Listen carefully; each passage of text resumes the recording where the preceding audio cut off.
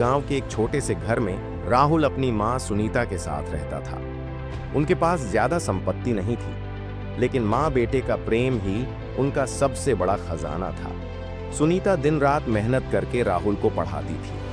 वह उसके सपनों को पूरा करने की हर संभव कोशिश करती थी। राहुल एक होनहार और समझदार लड़का था। उसकी आंखों में बड़े सपने थे।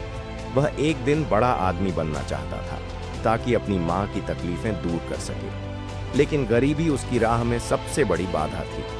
मां मजदूरी करके किसी तरह उसका स्कूल का खर्च निकालती थी, मगर कई बार पैसे पूरे नहीं पड़ते थे। एक दिन स्कूल में परीक्षा की फीस भरने की आखिरी तारीख आ गई। फीस के बिना परीक्षा देना संभव नहीं था। राहुल बहुत चिंतित था, लेकिन मां ने उसे भरोसा दिलाया, बेटा, भगवान पर विश्वास रखो, सब ठीक होगा।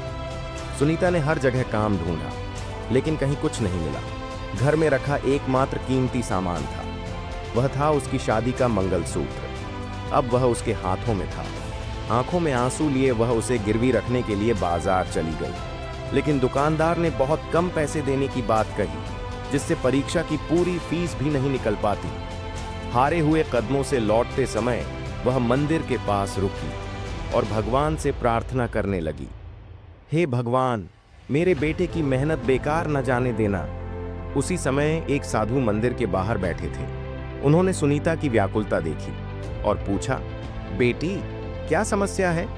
सुनीता ने अपनी परेशानी बताई तो साधु मुस्कुराए।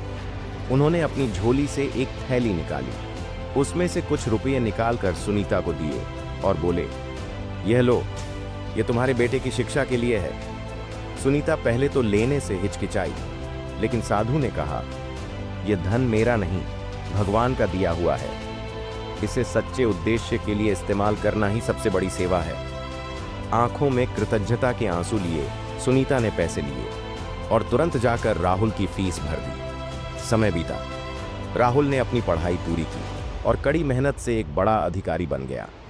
जिस मां ने उसके लिए अपना सब कुछ कुर्बान किया था, आज वही मां उसके सम्मान के लिए समारोह में बैठी थी। राहुल ने अपनी सफलता का सारा श्रेय मां को दिया और कहा, आज मैं जो कुछ भी हूं, मां के आशीर्वाद और उनकी अटूट श्रद्धा के कारण हूं। मां की आंखों से आंसू बह रहे थे, लेकिन यह आंसू खुशी के थे। उसने राहुल को गले लगाया और मन ही मन भगवान का धन्यवाद किया। सीख, मां का आशीर्वाद और सच्ची भक्ति कभी व्यर्थ नहीं जाती। जब इंसान मेहनत और ईमानदारी से आगे बढ़ता है, तो भगवान भी उसकी राह आसान कर देते हैं।